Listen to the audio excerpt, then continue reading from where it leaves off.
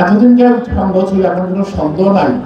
সবাই মিলে যখন বিএনপির পিছনে লাগছে, ওরা কনফার্ম যে আগামী দিন বিএনপির বিপুল ভোটের ব্যবধানের জন্য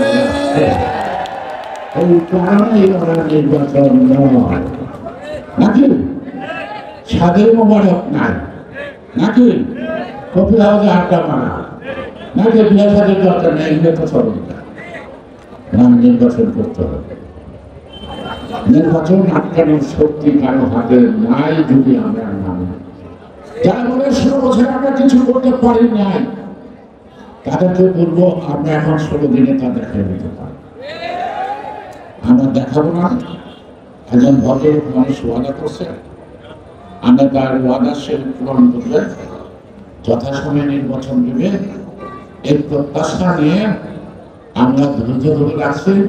এর মাঝে মাঝে নিয়ে চলে আসেন, তাই না?